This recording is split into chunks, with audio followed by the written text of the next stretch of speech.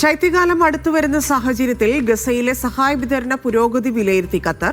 അന്താരാഷ്ട്ര സഹകരണ വകുപ്പ് മന്ത്രി മറിയം അൽ മിസ്നദിന്റെ നേതൃത്വത്തിലാണ് യോഗം ചേർന്നത്. പലസ്തീൻ സാമൂഹ്യ വികസന വകുപ്പ് മന്ത്രി സമദ് അഹമ്മദ് അടക്കമുള്ളവർ പങ്കെടുത്തു. ഐക്യരാഷ്ട്രസഭയിൽ നിന്നടക്കം 48 സന്നദ്ധ സംഘടനകളുടെ പ്രതിനിധികളും ഓൺലൈൻ യോഗത്തിൽ സന്നിഹിതരായിരുന്നു.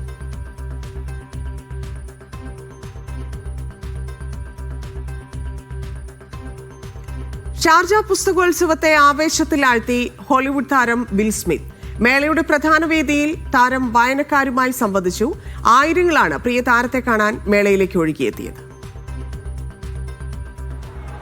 നിരവധി പ്രമുഖരാണ് ഓരോ ദിവസവും ഷാർജ പുസ്തകമേളയിൽ എത്തിക്കൊണ്ടിരിക്കുന്നത്. രാജ്യത്തിനകത്തു നിന്നും പുറത്തുനിന്നും വിദേശികളുമായിട്ടുള്ള പ്രമുഖരെത്തുന്നു. അപ്പോഴാണ് ഹോളിവുഡ് സ്റ്റാറായ വിൽ സ്മിത്ത് അങ്ങോട്ടെത്തുന്നത്. സ്വാഭാവികമായിട്ടും ലോകം മുഴുവൻ ആരാധകരുള്ള ഒരു താരം അവിടെ എത്തുമ്പോൾ ആ രീതിയിൽ തന്നെയുള്ള വലിയ സ്വീകരണം ഷാർജ ബുക്ക് ഫെസ്റ്റിവലിൽ വിൽ സ്മിത്തിന് ലഭിച്ചിരിക്കുന്നു എന്നുള്ളതാണ്. അതിലുപരി അദ്ദേഹം വലിയ വായനക്കാരനും കൂടിയാണ് എന്നുള്ളതാണ്. ഷിനോജ് ഷംസുദ്ദീൻ ചേരുന്നുണ്ട് കൂടുതൽ വിവരങ്ങളുമായി. ഷിനോജ്, വലിയ തിരക്കായിരിക്കും, ആ ഭാഗത്തേക്ക് പോലും അടുക്കാൻ കഴിയാത്തതുപോലെ അദ്ദേഹത്തിന്റെ ഫാൻസ് അവിടെ ഉണ്ടാകും എന്നുള്ളത് ഉറപ്പാണ്. അദ്ദേഹം എപ്പോഴാണ് എത്തിയത്? എന്തൊക്കെ പരിപാടികളായിരുന്നു? UAE സമയം രാത്രി 8:30-ക്കാണ് അദ്ദേഹത്തിൻ്റെ പരിപാടി ഇവിടെ നിശ്ചയിച്ചിരുന്നത്. പക്ഷേ വൈകുന്നേരം 4:30 മുതൽ, അതായത് 4 മണിക്കൂർ മുമ്പ് വരെ ആരാധകർ ഇവിടെ എത്തി കാത്തു നിൽക്കുകയായിരുന്നു അദ്ദേഹത്തെ കാണാനായിട്ട്. വലിയൊരു സുരക്ഷാ സംവിധാനങ്ങളും അദ്ദേഹത്തിന് വേണ്ടി ഇവിടെ ഒരുക്കിയിട്ടുണ്ടായിരുന്നു. 8:30-ക്ക് പ്രധാന വേദിയിൽ അദ്ദേഹം കൃത്യസമയത്ത് തന്നെ എത്തി. അദ്ദേഹത്തെ ആർപ്പുവിളികളോടെയാണ് ആരാധകർ സ്വീകരിച്ചത്. പ്രധാനമായും ഏതൊക്കെ തരത്തിൽ ജീവിതത്തെ നേരിട്ടു എന്നുള്ള ചോദ്യങ്ങളാണ് കൂടുതലും വായനക്കാരിൽ നിന്ന് ഉണ്ടായത്. പ്രത്യേകിച്ച് നമുക്കറിയാം, പെർസ്യൂട്ട് ഓഫ് ഹാപ്പിനെസ് പോലുള്ള സിനിമകൾ നിരവധി പേരെ ജീവിതത്തിൽ മുന്നേറാൻ സഹായിച്ചിട്ടുള്ള മോട്ടിവേറ്റിംഗ് ആയിട്ടുള്ള ഒരു സിനിമയാണ്. അപ്പോൾ അത് ഇദ്ദേഹത്തിൻ്റെ ജീവിതവുമായി ബന്ധപ്പെട്ട് കിടക്കുന്നത് കൂടിയാണ്. അതുമായി ബന്ധപ്പെട്ട ചോദ്യങ്ങളാണ് കൂടുതലും ഉണ്ടായിരുന്നത്. പവർ ഓഫ് സ്റ്റോറി ടെല്ലിംഗ് എന്നുള്ള ഒരു വിഷയത്തിലായിരുന്നു അനസ് ബുഹാത്തറുമായിട്ട് അദ്ദേഹം സംസാരിച്ചത്. കൂടുതലും ഈ മേഖലയിൽ ഏതൊക്കെ തരത്തിൽ പ്രതിസന്ധികളെ തരണം ചെയ്തു, എങ്ങനെ പോസിറ്റീവായിട്ട് ചിന്തിച്ചു, എങ്ങനെ ജീവിതത്തിൽ മുന്നേറാൻ കഴിഞ്ഞു എന്നുള്ള കാര്യങ്ങളാണ് അദ്ദേഹം വായനക്കാരുമായിട്ട് സംവദിച്ചത്. ഇപ്പോഴും അദ്ദേഹത്തിൻ്റെ സംസാരം തുടരുകയാണ്. നിരവധി പേർ അദ്ദേഹത്തെ കാണാനായി ഇപ്പോഴും വേദിയുടെ പുറത്തായും കാത്തു നിൽക്കുന്നുണ്ട്. ധന്യ. ശരി, ഷിനോജ് ഷംസുദ്ദീനാണ് വിവരങ്ങൾ നൽകിയത്. വിൽ സ്മിത്താണ് ഇന്ന് പ്രധാന അതിഥിയായി ഷാർജ ബുക്ക് ഫെസ്റ്റിവലിൽ എത്തിയിരുന്നത്. ബോളിവുഡ് സൂപ്പർ താരം സൽമാൻ ഖാന്റെ Dabangg the tour reloaded show ഖത്തറിൽ പുരോഗമിക്കുകയാണ്. പ്രവാസികളടക്കം ആയിരക്കണക്കിന് പേരാണ് ഷോ കാണാനായി തടിച്ചുകൂടിയിട്ടുള്ളത്.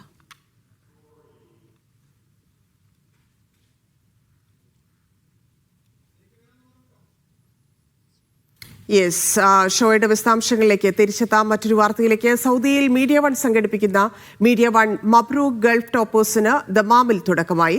10-12 ക്ലാസുകളിലെ പരീക്ഷകളിൽ 90% മാർക്ക് വാങ്ങിയ വിദ്യാർത്ഥികളെയാണ് രക്ഷിതാക്കളുടെയും പ്രമുഖരുടെയും സാന്നിധ്യത്തിൽ ആദരിക്കുന്നത്. നാളെ റിയാദിലും അടുത്തയാഴ്ച ജിദ്ദയിലും മബ്രൂക്ക് എത്തും. Media one മബ്രൂക്ക് Gulf toppers അവാർഡിൻ്റെ Saudi തല എഡിഷന് ഇന്ന് ദമാമിൽ പ്രൗഢഗംഭീരമായ പരിപാടികളോടെ തുടക്കം കുറിച്ചിരിക്കുകയാണ്. ദമാം ലുലു മാളിലാണ് പരിപാടി നടന്നുകൊണ്ടിരിക്കുന്നത്.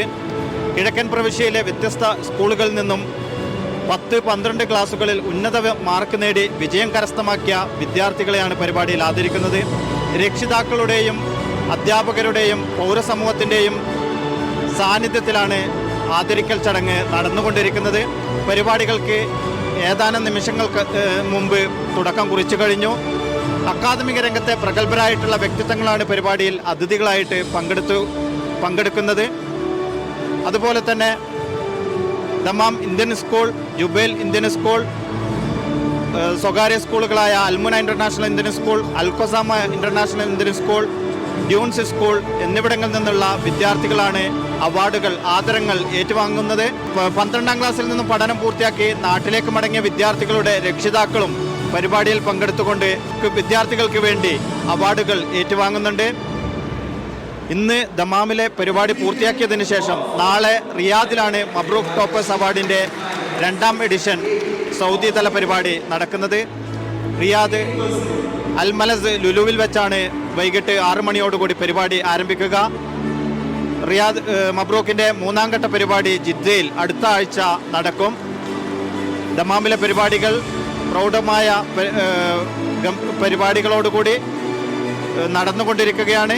രജിസ്ട്രേഷൻ പൂർത്തിയാക്കി വിദ്യാർത്ഥികളും രക്ഷിതാക്കളുമൊക്കെ വേദിയിലേക്ക് കടന്നിരിക്കുകയും അവാർഡ് ആദരം വിതരണം ചെയ്ത് തുടങ്ങുകയും ചെയ്തിട്ടുണ്ട്.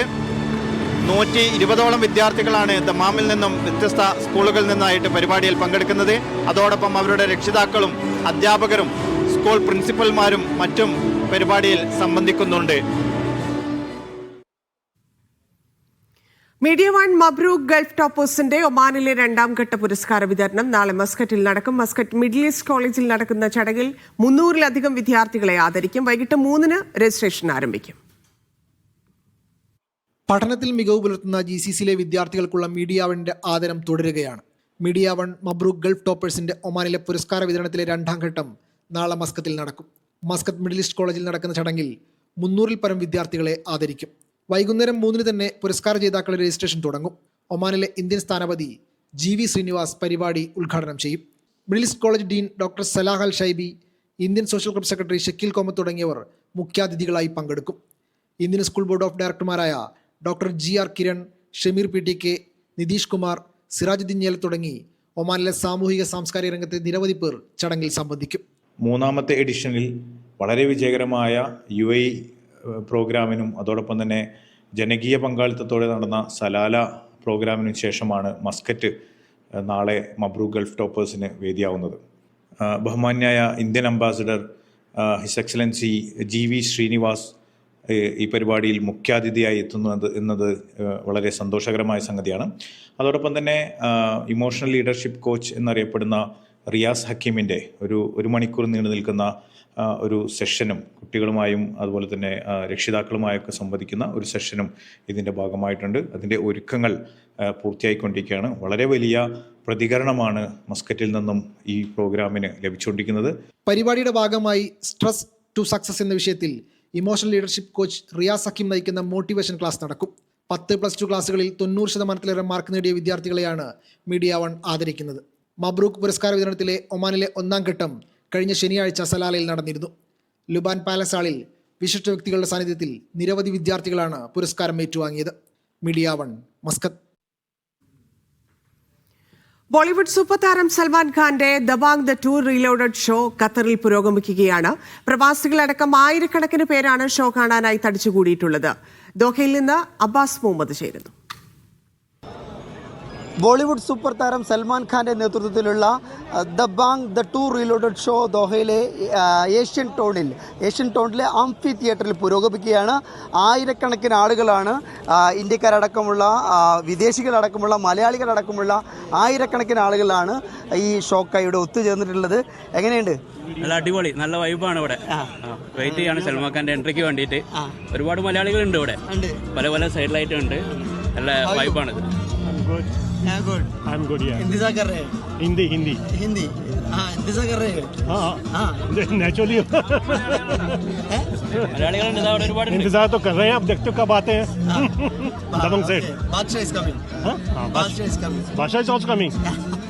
Okay, എങ്ങനെയുണ്ടെടാ? നമ്മുടെ ബാല്യം മുതലേ കേൾക്കുകയും കാണുകയും ആവേശം കൊള്ളുകയും ചെയ്യുന്ന ഒരാളാണ് നമ്മുടെ സൽമാൻ. കാരണം ജിംനേഷ്യത്തിലൊക്കെ പോയി ഒരുപാട് വെയിറ്റൊക്കെ എടുത്ത് കൈയും കാലൊക്കെ ഒളിക്കുകയും ചെയ്തിട്ടുണ്ട്. അപ്പോൾ പുള്ളിനെ ഇപ്പോൾ നേരിട്ട് ഇന്ത്യയിൽ വെച്ച് കാണാൻ പറ്റിയിട്ടില്ല. ഇവിടെ വന്നപ്പോൾ ഒരു കാണാൻ 4 മണി മുതൽ ഒന്ന് വന്നിരിക്കണേ. അപ്പോൾ അടുത്ത് തന്നെ നേരിട്ട് കാണാമെന്ന് വിചാരിക്കണം. ഒരു സെൽഫിയൊക്കെ എടുക്കാൻ പറ്റിയ വളരെ വലിയ കാര്യമായി. Thank you. അപ്പോൾ വൈകിട്ട് 4 മണി മുതലൊക്കെ ഇവിടെ സൽമാൻ ഖാനെ കാണാൻ വേണ്ടി ഈ ഷോ കാണാൻ വേണ്ടി ഇവിടെ എത്തിയവരുണ്ട്. How you? Fine. Excited? Yeah, very much. From? Mumbai. Yeah. Okay. पहले देख रहे हैं? Pardon me?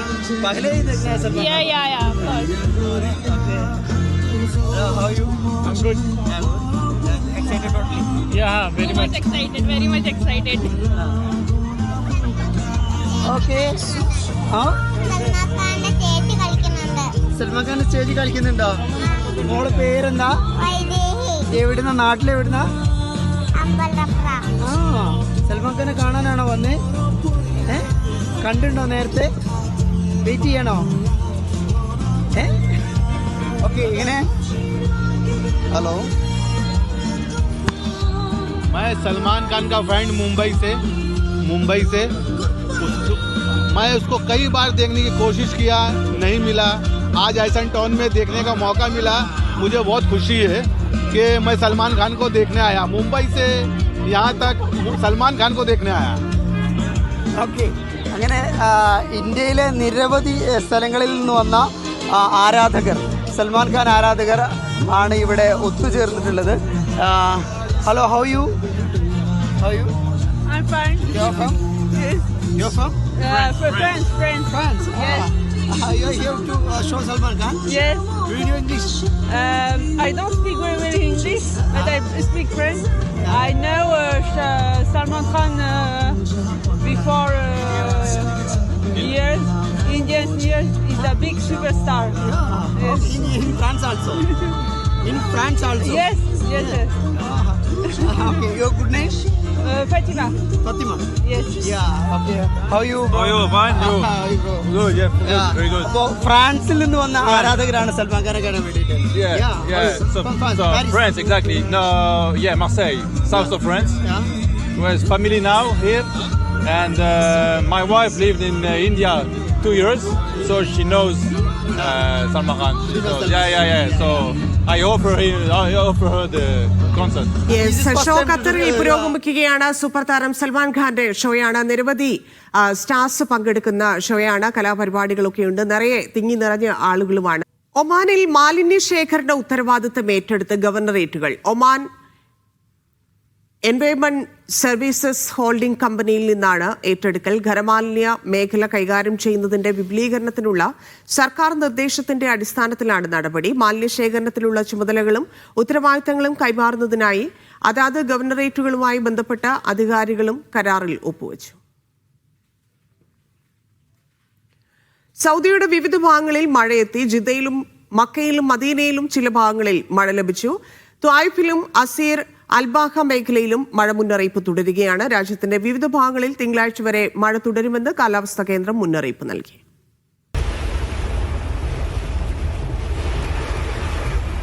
സൗദിയിലെ പടിഞ്ഞാറൻ മേഖലയിലെ വിവിധ പ്രദേശങ്ങളിലാണ് ഇന്ന് റെഡ് അലർട്ട് പ്രഖ്യാപിച്ചിരുന്നത്. മക്കയിലെ ത്വായിഫ് ഉൾപ്പെടെയുള്ള മലയോര പ്രദേശങ്ങളിൽ ഇന്ന് ശക്തമായ മഴ ലഭിച്ചു. കഴിഞ്ഞ ദിവസം മഴയ്ക്ക് വേണ്ടിയുള്ള പ്രത്യേക പ്രാർത്ഥനകൾ സൗദിയിലുടനീളം നടന്നിരുന്നു. മദീന, യാംബു, ബദർ തുടങ്ങിയ പ്രദേശങ്ങളിലും ഇന്ന് മഴയെത്തി. സൗദിയുടെ പടിഞ്ഞാറൻ മേഖലകളിൽ ചൂടിന് ശമനമായി തണുപ്പിലേക്ക് പ്രവേശിക്കുകയാണ്. ഇന്ന് നല്ല മഴ പെയ്തു. ബലദിലും ഷറഫിലൊക്കെ നല്ല മഴ പെയ്ത്. ഇപ്പം ക്ലൈമറ്റ് ആകെ മാറി. ഇപ്പം നല്ല തണുത്ത കാറ്റുണ്ട്. ചൂടൊക്കെ മാറി. 2 ദിവസം മുമ്പൊന്നും പുറത്തേക്ക് ഇറങ്ങാൻ പറ്റാത്ത ചൂടായിരുന്നു. ഇപ്പോൾ നല്ല തണുപ്പായി വരുന്നുണ്ട്. ക്ലൈമറ്റ് മാറുകയാണ് തോന്നുന്നത് ജിദ്ദയിൽ. ഇനിയും മഴ പെയ്യാൻ ചാൻസ് ഉണ്ട്. കാരണം എല്ലാം ഇങ്ങനെ മൂടിക്കെട്ടി നിൽക്കുന്നുണ്ട്. മക്കയിലെ വിവിധ പ്രദേശങ്ങളായ അൽക്കാമിൽ, മദ്റക്ക്, ജമോം, മൈസാൻ പോലുള്ള സ്ഥലങ്ങളിലും ഇന്ന് റെഡ് അലർട്ട് പ്രഖ്യാപിച്ചിരുന്നു. ദമാം, കോബാർ ഉൾപ്പെടെയുള്ള കിഴക്കൻ പ്രവിശ്യകളിലും നേരിയ തോതിൽ മഴയെത്തി. അൽബാഹ, അൽജൌഫ് എന്നിവിടങ്ങളിലും മഴ മുന്നറിയിപ്പുണ്ടായി. കടുത്ത മഴയുടെ സാഹചര്യത്തിൽ യാത്രക്കാർ ജാഗ്രത പാലിക്കണമെന്ന് സിവിൽ ഡിഫൻസ് മുന്നറിയിപ്പ് നൽകി. ചൂടിന് ശമനമാവുകയാണ് സൗദിയിൽ. ഇനിയുള്ള 6 മാസക്കാലം ചൂടില്ലാത്ത കാലാവസ്ഥയാകും സൗദിയിൽ. ജിദ്ദയിൽ നിന്നും സാബിത് സലീം, മീഡിയ 1. ഒമാനിലെ വിനോദസഞ്ചാരികൾ ലൈസൻസ് ഉള്ള ഗൈഡുകളെ മാത്രം നിയമിക്കണമെന്ന് നിർദ്ദേശം. സുൽത്താനേറ്റിലുടനീളം സുരക്ഷിതത്വവും നിലവാരമുള്ളതുമായ ടൂറിസം അനുഭവം നൽകുന്നതിനുള്ള മന്ത്രാലയത്തിന്റെ ശ്രമങ്ങളുടെ ഭാഗമായാണ് നീക്കം. സേവന നിലവാരം ഉറപ്പാക്കുന്നതിന് ഏറ്റവും നല്ല മാർഗം ലൈസൻസ് ഉള്ള ഗൈഡുകളെ ഏർപ്പെടുത്തുകയാണെന്ന് വിദേശകാര്യ മന്ത്രാലയം വിശദീകരിച്ചു. ടൂറിസ്റ്റുകൾ ടൂർ ഗൈഡിന്റെ ലൈസൻസിന്റെ സാധുത പരിശോധിക്കണം. കൂടാതെ ആവശ്യമായ ഭാഷയിൽ മാർഗനിർദ്ദേശങ്ങൾ നൽകാൻ ഗൈഡിന് നിർദ്ദേശവും ലൈസൻസും നൽകിയിട്ടുണ്ടെന്നും മന്ത്രാലയം വിശദീകരിച്ചു. വിസ ബൈ പ്രൊഫൈൽ സംവിധാനത്തിന് തുടക്കമിട്ടതായി സൗദി ടൂറിസം മന്ത്രി അഹമ്മദ് അൽ ഖതീബ്. യോഗ്യരായ വിസ കാർഡ് ഉടമകൾക്ക് മിനിറ്റുകൾക്കുള്ളിൽ ഇലക്ട്രോണിക് ടൂറിസം വിസ നേടാൻ അനുവദിക്കുന്നതാണ് സംവിധാനം. കാർഡിന്റെയും പാസ്പോർട്ടിന്റെയും വിശദാംശങ്ങൾ ഉപയോഗിച്ചാണ് വിസ ലഭിക്കുക. ടൂറിസ്റ്റ് 25-ലാണ് പദ്ധതി പ്രഖ്യാപിച്ചത്. ലോകത്തിലെ ആദ്യമായാണ് ഈ രീതി ഉപയോഗിക്കുന്നതെന്നും തന്റെ എക്സ് അക്കൗണ്ടിലെ പോസ്റ്റിൽ അഹമ്മദ് അൽ ഖതീബ് പറഞ്ഞു. ആഭ്യന്തര മന്ത്രാലയം, ആഗോള ധനകാര്യ സേവന കമ്പനിയായ വിസ, സൗദി ടൂറിസം അതോറിറ്റി, വിദേശകാര്യ മന്ത്രാലയം എന്നിവയുമായി സഹകരിച്ചാണ് സംവിധാനം വികസിപ്പിച്ചത്.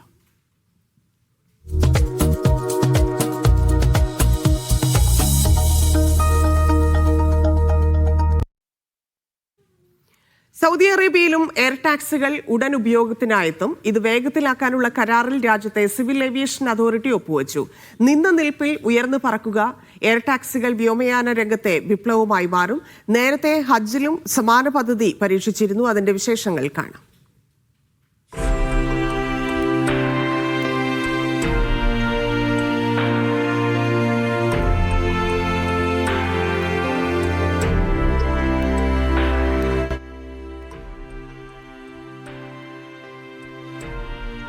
പറന്ന് പറക്കുക. ഇത് ഹജ്ജിലെ പരീക്ഷണമായിരുന്നു.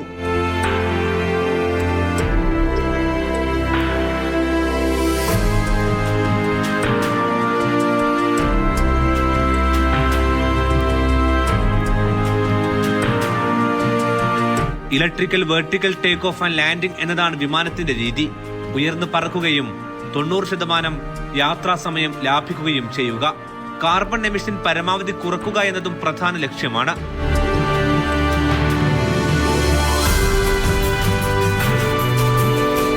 (2026) അവസാനത്തോടെ ആദ്യ ബാച്ച് ജെറ്റുകൾ ഇതിൽ സൗദിയിലേക്ക് എത്തും. ബാറ്ററിയിലാണ് പ്രവർത്തനം. ഒറ്റ ചാർജിൽ 170 കിലോമീറ്റർ വേഗത്തിൽ പറക്കുന്ന വിമാനത്തിന് 200 കിലോമീറ്ററാണ് താണ്ടാനാവുക.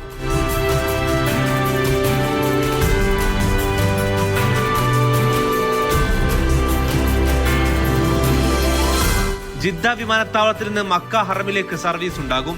റിയാദ് നഗരത്തിനകത്ത് വരാനിരിക്കുന്ന കിദ്ദിയ പദ്ധതി പ്രദേശത്തേക്കും സർവീസ് പ്ലാൻ ഉണ്ട്. റെഡ് സി എയർപോർട്ടിൽ നിന്ന് റിസോർട്ടുകളിലേക്ക് നേരിട്ട് പറക്കാനും ഇവക്കാകും. ഇവയാണ് സൗദി എയർലൈൻസ് കീഴിലുള്ള പദ്ധതികൾ.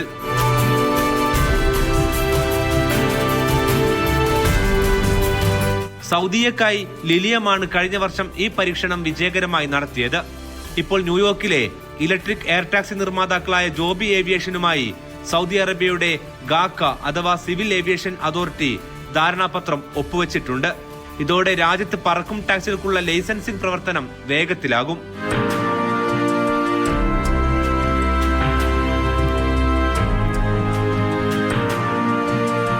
US, UK, ജപ്പാൻ, ദക്ഷിണ കൊറിയ, UAE എന്നിവയ്ക്ക് പിന്നാലെ ജോബിയുടെ എയർ ടാക്സി സേവനങ്ങൾ ആരംഭിക്കുന്ന പ്രധാന വിപണിയായി സൗദി അറേബ്യയും ഇതോടെ മാറും. ഈ എയർ ടാക്സികൾ പല വലിപ്പത്തിലുണ്ട്. പൈലറ്റിന് മുമ്പിലുള്ളത് ഫ്ലൈറ്റിന് സമാനമായ സംവിധാനങ്ങളാണ്. ഒരു ചെറിയ സ്പേസിനകത്ത് അവ ഒതുങ്ങി നിൽക്കുന്നു. ചെറിയ ദൂരമാണ് സഞ്ചരിക്കാനുള്ളത് എങ്കിലും വൻ തുക ഇതിനായി ഓരോരുത്തരും ചിലവഴിക്കേണ്ടി വരും. പക്ഷെ വിദൂരമല്ലാത്ത ഭാവിയിൽ സൗദിയിൽ ഇടത്തരം ശമ്പളക്കാർക്ക് വരെ ഉപയോഗിക്കാൻ കഴിയും വിധം ഇവയുടെ എണ്ണം വർദ്ധിക്കും.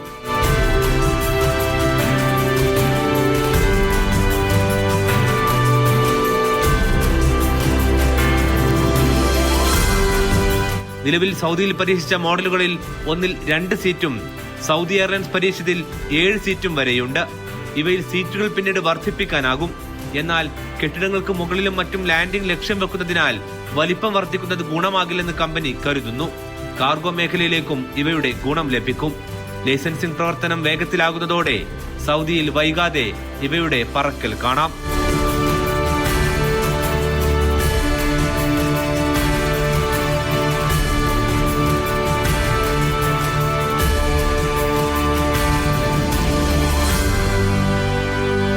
Media 1 Riyadh. സൗദിയിലെ ജിസാനിൽ ഗതാഗതക്കുരുക്ക് കുറയ്ക്കാനായി സിഗ്നലുകൾ കുറയ്ക്കും. നഗരത്തിലെ തിരക്കേറിയ സിഗ്നലുകൾക്ക് പകരം യു ടേണുകളും പാലങ്ങളും നിർമ്മിക്കും. യാത്രാസമയം കുറയ്ക്കാനാണ് ട്രാഫിക് അതോറിറ്റിയുടെ നടപടികൾ. സൗദിയിലെ ജീസാൻ നഗരത്തിൽ ഗതാഗതക്കുരുക്ക് ലഘൂകരിക്കുന്നതിനാണ് ട്രാഫിക് സേഫ്റ്റി അതോറിറ്റി പുതിയ പരിഷ്കാരങ്ങൾ പ്രഖ്യാപിച്ചത്. നഗരത്തിലെ പ്രധാന റോഡുകളുടെ കാര്യക്ഷമത വർദ്ധിപ്പിക്കാനും യാത്രാസമയം കുറയ്ക്കാനും ലക്ഷ്യമിട്ടാണ് പുതിയ പദ്ധതി.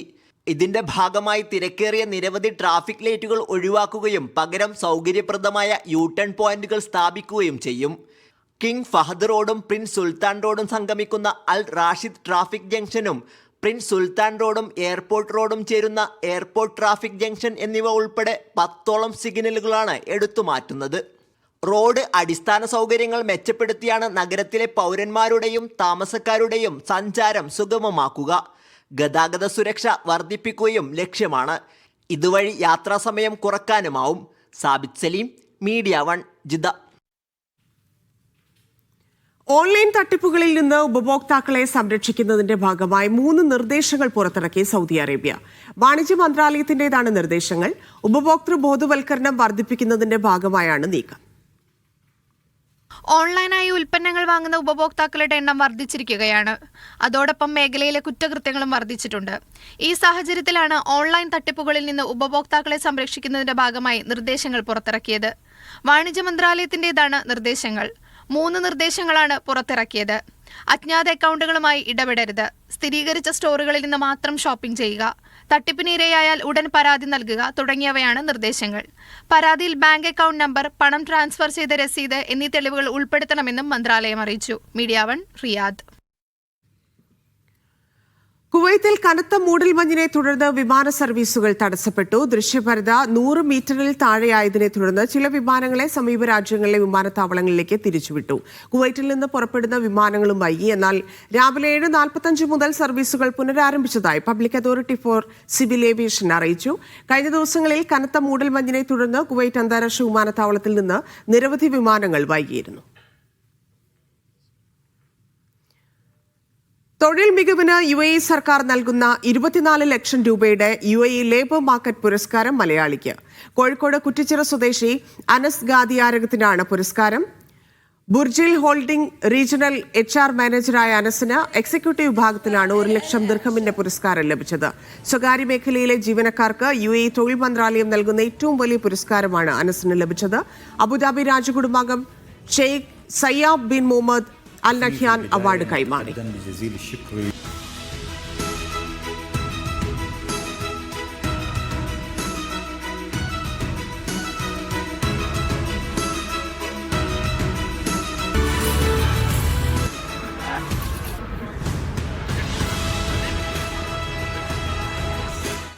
ഈ വർഷത്തെ എമിറേറ്റ്സ് ലേബർ മാർക്കറ്റ് അവാർഡിൽ സ്കിൽഡ് കാറ്റഗറിയിൽ 1ാം സ്ഥാനം ലഭിച്ചതിൽ ഞാൻ വളരെ സന്തോഷവാനാണ്. കഴിഞ്ഞ 16 വർഷമായി ബുർജിൽ ഹോൾഡിംഗ്സിൽ HR ഡിപ്പാർട്ട്മെൻറ്റിൽ സേവനമനുഷ്ഠിക്കുന്നു. ഈ അവാർഡ് എനിക്ക് നൽകിയ ministry of human resource and എമറൈറ്റൈസേഷനും ബുർജിൽ ഹോൾഡിംഗ്സ് മാനേജ്മെൻറ്റിനും നമ്മുടെ ചെയർമാൻ ഡോക്ടർ ഷംസീർ വയലിനും ഈ അവസരത്തിൽ ഞാൻ നന്ദി സൂചിപ്പിക്കുന്നു. കുവൈത്തിൽ ഉപയോഗിച്ച വാഹനങ്ങൾ നടപ്പാതകളിലോ റോഡിന്റെ ഏതെങ്കിലും വശത്തോ വിൽപ്പനയ്ക്ക് പ്രദർശിപ്പിക്കരുതെന്ന് ഗതാഗത വകുപ്പ്. ഇത്തരം പ്രവൃത്തികൾ നിയമ നടപടികൾക്ക് കാരണമാകും. നിശ്ചയിച്ച സ്ഥലത്തല്ലാതെ വാഹനം വിൽപ്പനയ്ക്ക് നിർത്തിയിട്ടാൽ പാർക്കിംഗ് ലംഘനമായാണ് കണക്കാക്കുക. ട്രാഫിക് നിയമം ആർട്ടിക്കിൾ 207 പ്രകാരം വാഹനം 60 ദിവസം വരെ കസ്റ്റഡിയിലെടുക്കുകയും ചെയ്യും. അംഗീകൃത ഷോറൂമുകൾ, ലൈസൻസുള്ള ഡീലർമാർ, അംഗീകൃത ഓൺലൈൻ പ്ലാറ്റ്ഫോമുകൾ എന്നിവ വഴി മാത്രം വാഹനങ്ങൾ വിൽക്കണമെന്ന് അധികൃതർ വ്യക്തമാക്കി.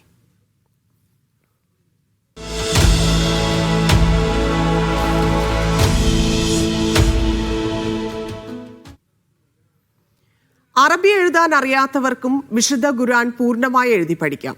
തെറ്റ് സംഭവിച്ചാൽ അത് മായ്ച്ച് വീണ്ടും എഴുതാം. വിശുദ്ധ ഗ്രന്ഥത്തിന്റെ പേജുകളിൽ തന്നെ അതിന് സൗകര്യമൊരുക്കുകയാണ് ഒരു മലയാളി യുവതി. കണ്ണൂർ സ്വദേശി തഷ്രീഫ താൻ വികസിപ്പിച്ച പ്രത്യേകതരം മുസ്ഹഫുമായാണ് നാട്ടിൽ നിന്ന് ഷാർജ പുസ്തകോത്സവത്തിൽ എത്തിയത്. ജീവിതത്തിൽ ഒരിക്കലെങ്കിലും ഖുർആൻ പൂർണ്ണമായി എഴുതാൻ ആഗ്രഹിക്കുന്നവർക്ക്, എഴുതി പഠിക്കാൻ ആഗ്രഹിക്കുന്നവർക്ക് ഒരു പ്രത്യേക മുസ്ഹഫുമായി എത്തിയിരിക്കുകയാണ് കണ്ണൂരിൽ നിന്നും ഒരു മലയാളി ഷാർജ പുസ്തകോത്സവത്തിൽ.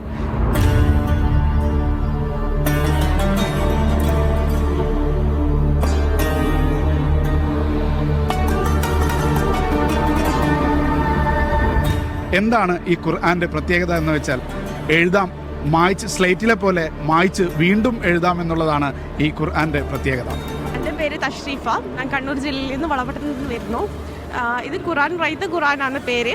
അതായത് ഖുർആൻ മുഴുവനായി പകർത്തി എഴുതാൻ പറ്റും. അതായത് ഖുർആൻ അറിയുന്നവർക്കും അറിയാത്തവർക്കും ഇത് ഉപകാരപ്പെടും. സ്വന്തമായിട്ട് നമ്മൾ ഖുർആൻ എഴുതുമ്പോൾ അത്രയും തെറ്റുകൾ വരും. ഇതാകുമ്പോൾ തെറ്റ് കൂടാണ്ട് നമുക്ക് ധൈര്യത്തിൽ എഴുതാൻ പറ്റും. ഇത് ഇത് പഠിക്കുന്ന സ്റ്റുഡൻസിന് പിന്നെ മെമ്മറൈസ് ചെയ്യാൻ കുറച്ചും കൂടി എളുപ്പമാവും. പിന്നെ ടീച്ചേഴ്സ് എല്ലാ ഏജിലുള്ളവർക്കും ഇത് ഉപയോഗിക്കാം. അതായത് അത്രയും സിമ്പിളായിട്ടാണ് നമ്മൾ ഇത് ക്രിയേറ്റ് ചെയ്തിട്ടുള്ളത്. ഇതിന്റെ പേപ്പറിന്റെ പ്രത്യേകത എന്താണ്? ഈ എഴുതി മായ്ക്കാൻ കഴിയുന്നത് എങ്ങനെയാണ്? കുറച്ചും കൂടി തിക്കായ കട്ടിയുള്ള പേപ്പറാണ്. അപ്പോൾ അത് പെട്ടെന്നൊന്നും അതിൻ്റെ ക്വാളിറ്റി നഷ്ടപ്പെടില്ല. റൈസബിൾ പെന്ന് നമ്മൾ റിസർച്ച് ചെയ്ത് കണ്ടുപിടിച്ചതാണ്. അത് തെറ്റിപ്പോയാൽ നമുക്ക് ഇതിനെ മായ്ക്കാൻ പറ്റും. 2 വർഷത്തോളം റിസർച്ച് ചെയ്തിട്ടാണ് ഇത് കണ്ടുപിടിച്ചത്. എനിക്ക് ഭയങ്കര ആഗ്രഹമായിരുന്നു ഖുറാൻ പൂർണ്ണമായിട്ട് എഴുതണമെന്നും. അപ്പം അങ്ങനെ എഴുതി തുടങ്ങുമ്പോൾ മനസ്സിൽ ഒരാശയം വന്നു. അതായത് ഇപ്പോൾ ഞാൻ എഴുതുമ്പോൾ എനിക്ക് മാത്രമേ എൻ്റെ ബെനിഫിറ്റ് കിട്ടുള്ളൂ, വേറെ ഒരാൾക്ക് എഴുതാനോ ഒന്നും കഴിയില്ല. അപ്പോൾ അങ്ങനെ ഒരു ചിന്തയിലാണ് ഇത് കണ്ടുപിടിച്ചത്. ഞാൻ ഇത് പ്രിന്റ് ചെയ്യുന്നതും പ്രൊഡ്യൂസ് ചെയ്യുന്നതൊക്കെ എവിടെയാണ്? ഇത് ഡൽഹിയിൽ നിന്ന്. അപ്പോൾ കേരളത്തിൽ നിന്നല്ല, കേരളത്തിൽ സെല്ലിംഗ് ഉണ്ട്. ഇപ്പോൾ വേൾഡ് വൈഡ് പോകുന്നുണ്ട്, ആൾക്കാർ സമീപിക്കുന്നുണ്ട്. പൂർണ്ണമായും ഇന്ത്യയിലാണ് ഈ മുസഫ് നിർമ്മിച്ചിരിക്കുന്നത് എന്നതാണ് മറ്റൊരു പ്രത്യേകത. യാസിർ അറഫാത്തിനൊപ്പം ഷിനോ ഷംസുദ്ദീൻ, മീഡിയ 1 ഷാർജ.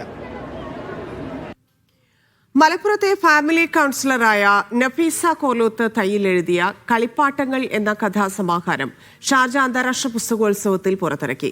ഇന്ത്യയിൽ വിവിധ സംസ്ഥാനങ്ങളിൽ ജീവിക്കാൻ അവസരം ലഭിച്ച താൻ നേരിട്ട് കണ്ട ജീവിതങ്ങളാണ് പുസ്തകത്തിന്റെ ഉള്ളടക്കമെന്ന് നഫീസ പറയുന്നു.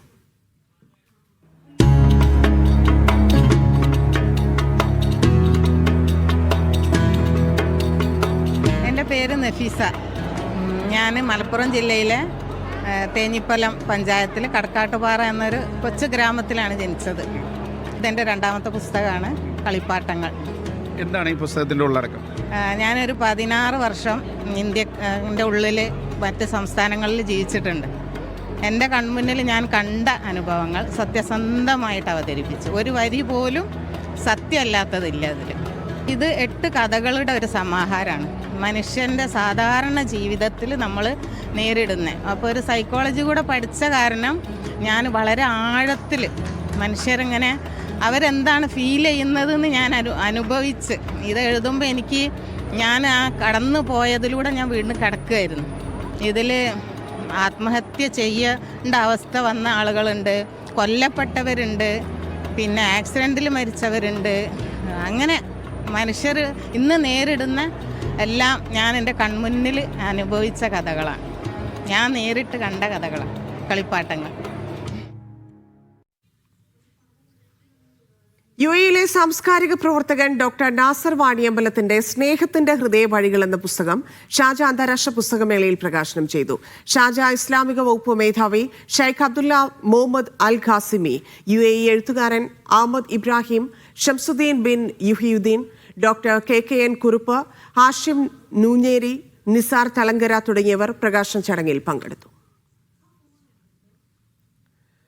ലോകമെമ്പാടുമുള്ള മ്യൂസിയം വിദഗ്ധർ സമ്മേളിച്ച ദുബൈയിലെ ഐക്കോം മ്യൂസിയം കോൺഫറൻസിൽ ഇന്ത്യൻ പ്രതിനിധിയായി മലയാളി വിദഗ്ധൻ, അലിഗഡ് മുസ്ലിം സർവകലാശാലയിലെ മ്യൂസിയോളജി വിഭാഗം ഗവേഷകനും അധ്യാപകനുമായ ഡോക്ടർ അബ്ദുറഹീമാണ് മ്യൂസിയം രംഗത്തെ AI സാധ്യതകളെക്കുറിച്ച് പ്രബന്ധം അവതരിപ്പിക്കാൻ ദുബൈയിലെത്തിയത്. യുനെസ്കോയുടെ ആഭിമുഖ്യത്തിൽ 65 രാജ്യങ്ങളിൽ നിന്നുള്ള 5000-ഓളം മ്യൂസിയം വിദഗ്ധരെ പങ്കെടുപ്പിച്ചാണ് ദുബൈയിൽ ഐക്കോം കോൺഫറൻസ് സംഘടിപ്പിച്ചത്. അതിൽ ഇന്ത്യയെ പ്രതിനിധീകരിച്ചാണ് മലപ്പുറം കോട്ടക്കൽ സ്വദേശിയായ ഡോക്ടർ അബ്ദുറഹീം പ്രബന്ധം അവതരിപ്പിച്ചത്. മ്യൂസിയം രംഗത്തെ AI സാധ്യതകളെക്കുറിച്ചായിരുന്നു പ്രബന്ധം. മ്യൂസിയം മോഡേൺ ജനറേഷന് വേണ്ടിയിട്ട് നമ്മൾ മോഡിഫൈ ചെയ്യണം. അപ്പോൾ ഫോർ എക്സാമ്പിൾ പറയുകയാണെങ്കിൽ ആദ്യം നമ്മൾ ഈ മ്യൂസിക്കൽ ഇൻസ്ട്രുമെൻസ് ഒക്കെ ആയിരുന്നു ഷോക്കേസിൽ വെക്കുക. അതൊന്നും ഇപ്പോഴത്തെ ജനറേഷൻ ഇഷ്ടപ്പെടില്ല. അവർക്ക് വേണ്ടത് ഇൻറ്ററാക്റ്റീവ് ടൈപ്പ് ഓഫ് എക്സിബിഷനാണ് വേണ്ടത്. അപ്പോൾ അതിന് വേണ്ടിയിട്ട് നമ്മൾ ഇൻറ്റാഞ്ചിബിൾ ആസ്പെക്ട്സ് ഉണ്ട് ഈ മ്യൂസിക്കൽ ഇൻസ്ട്രുമെൻസിൻ്റെ മ്യൂസിക്. അപ്പോൾ അതും കൂടിയും കളക്ട് ചെയ്യണം. എന്നാലേ നമുക്ക് ഫ്യൂച്ചറിൽ ഇതൊക്കെ ഉപയോഗപ്പെടുത്താൻ പറ്റുള്ളൂ. ഇന്ത്യയിൽ 500-ലധികം ലാംഗ്വേജുകൾ ഉണ്ടായിരുന്നു. അതിൽ കുറേ ലാംഗ്വേജുകളൊക്കെ നഷ്ടപ്പെട്ടു പോയി. അതുപോലെ കുറേ മ്യൂസിക് റിച്വൽസ് അതൊക്കെ ഉണ്ട്. അതൊക്കെ നഷ്ടപ്പെട്ടുകൊണ്ടിരിക്കുകയാണ്. അപ്പോൾ അത് നഷ്ടപ്പെടുന്നതിന് മുന്നേ അതൊക്കെ തന്നെ സ്റ്റോർ ചെയ്യുകയും ഡിജിറ്റൈസ് ചെയ്ത് ഫ്യൂച്ചറിന് വേണ്ടി പ്രൊട്ടക്റ്റ് ചെയ്ത് വെക്കണം. അടുത്ത ദിവസം ദുബൈ ഫെസ്റ്റിവൽ സിറ്റിയിൽ AI-യും തൊഴിൽ രംഗവും എന്ന വിഷയത്തിലും ഇദ്ദേഹം പ്രഭാഷണം നടത്തും. 92 million job all over the world പോകുമെന്ന് പറയുന്നുണ്ട്. പക്ഷേ 170 മില്യൺ പുതിയ ജോബ് ക്രിയേറ്റ് ചെയ്യുമെന്നും പറയപ്പെടുന്നുണ്ട്.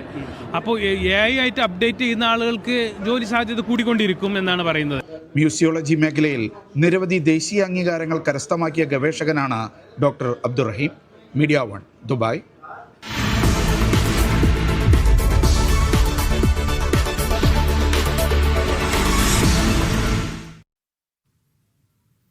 കണ്ണൂരിലെ 11ാം ക്ലാസ്സുകാരി സെബ ഫാത്തിമയുടെ ഇംഗ്ലീഷ് കവിതാ സമാഹാരം ഷാർജ അന്താരാഷ്ട്ര പുസ്തകമേളയിൽ പ്രകാശനം ചെയ്തു. മിറാക്കിൾസ് എന്ന പേരിൽ 20 കവിതകളാണ് പുസ്തകത്തിലുള്ളത്. സെബയുടെ രണ്ടാമത്തെ രചനയാണിത്. എൻ്റെ പേര് സെബ ഫാത്തിമ. ഞാനിപ്പോൾ 11th ഗ്രേഡിലാണ്. കൗസർ ഇംഗ്ലീഷ് സ്കൂൾ കണ്ണൂർ പുല്ലൂപ്പിക്കടയിലാണ് പഠിക്കുന്നത്. This is my second book. ഇതിൽ 20 പോംസ് ഉണ്ട്.